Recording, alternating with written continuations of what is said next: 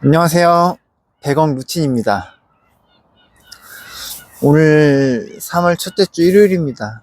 햇빛이 많이 비추고 지금 여기 한강에는 사람들이 일요일인데도 많습니다.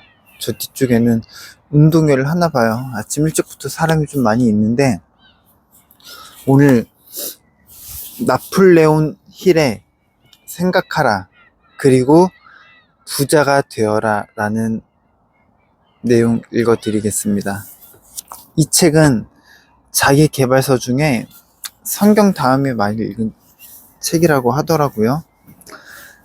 밥브룩터라는 유명한 자기개발서적인 분이 이 책을 너덜너덜하게 걸레가 될 정도로 읽어서 강연을 할 때 완전 그냥 밑줄을 치고 수십 번 수백 번을 읽고 오디오북으로 들었다고 합니다. 읽어볼게요. 비난에 대한 두려움. 인간은 애초에 어떻게 비난에 대한 두려움을 가지게 되었는지는 분명하지 않지만 한 가지 분명한 것이 있다. 인간은 비난을 매우 두려워한다는 것이다. 어떤 이는 정치가 직업이 되던 때부터 두려움이 생겨났다고 한다. 여성들은 옷을 입을 때 스타일을 중시하기 시작하던 시기로 거슬러 올라간다고 주장하는 사람도 있다.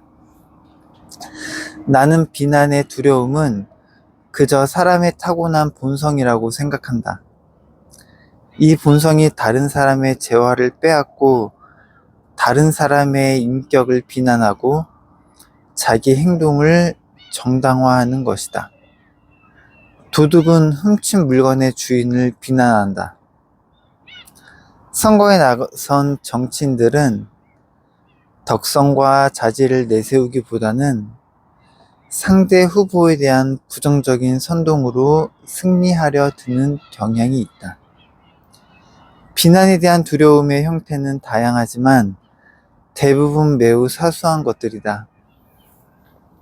예를 들어 대머리 남성은 특별한 이유 없이 지레 비난받을까 두려워한다. 대머리가 되는 원인 중 하나는 꽉 끼게 쓴 모자가 혈액순환을 방해해서다. 그들은 딱히 모자가 필요해서가 아니라 다들 그렇게 하니까 모자를 쓴다. 다른 사람이 비난할까봐 남들과 똑같이 행동하는 것이다. 그렇다고 여성에게 비난의 두려움이 없다고 생각해서는 안 된다.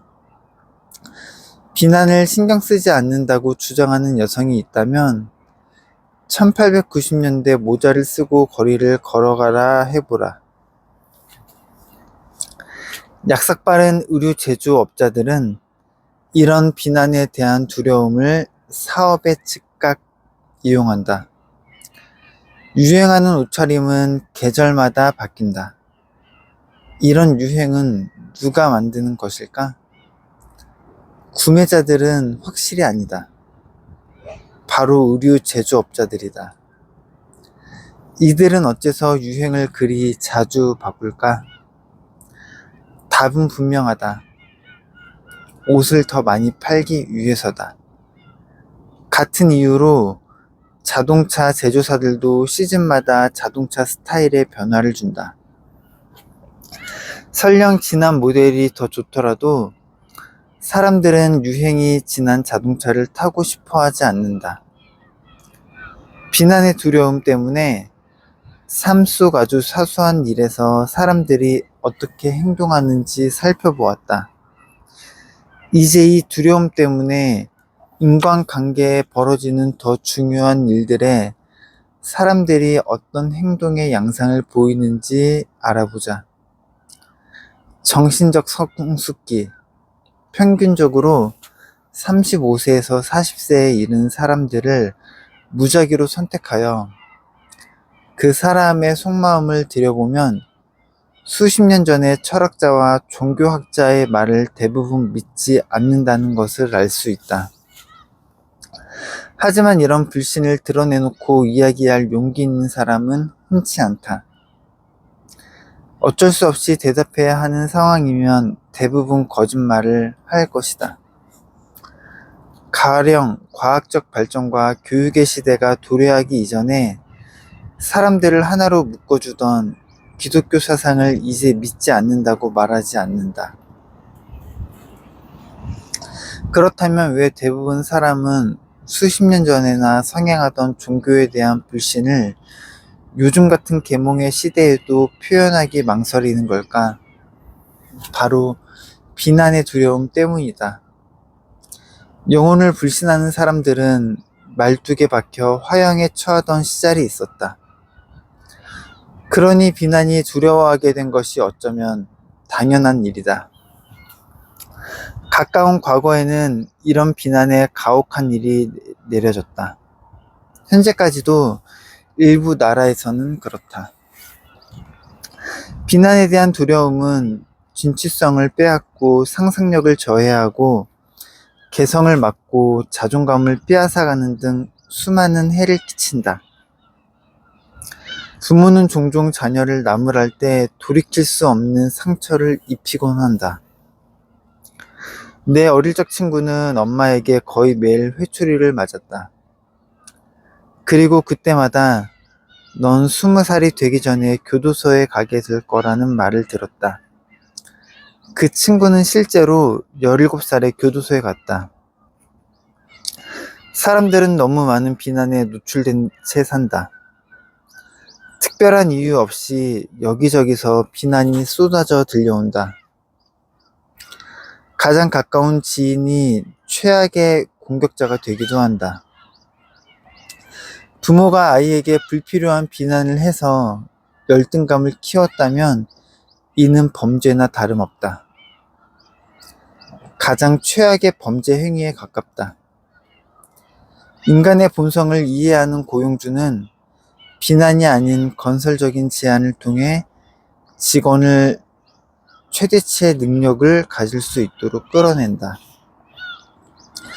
부모도 같은 방법으로 아이들에게 이러한 결과를 얻을 수 있다. 비난은 인간의 마음속에 두려움과 분노를 심을 뿐 사랑과 애정을 심지 못한다. 비난에 대한 두려움의 증상들. 비난에 대한 두려움은 가난에 대한 두려움만큼이나 흔하고 개인 성과에 치명적인 영향을 끼친다. 진취성을 파괴하고 상상력을 발휘하지 못하게 만들기 때문이다.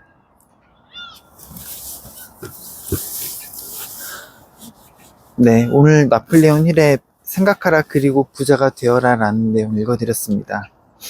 이 책은 쓰여진 지 100년이 넘었고요. 나폴레옹 힐은 성공한 사람들을 찾아가며 30년 넘게 인터뷰를 했습니다. 그리고 그 내용을 이 책 한 권에 적어냈습니다. 성공하는 방법에는 공식이 있습니다. 부를 열망하는 사람만이 부를 얻는다고 하죠. 책 제목도 너무 좋지 않습니까? 생각하라. 그리고 부자가 되어라. Think and grow rich. 네. 영어는 제가 잘 못합니다. 오늘도 좋은 하루 보내시고 저는 내일 더 좋은 영상으로 인사드리겠습니다. 끝까지 시청해주셔서 감사합니다.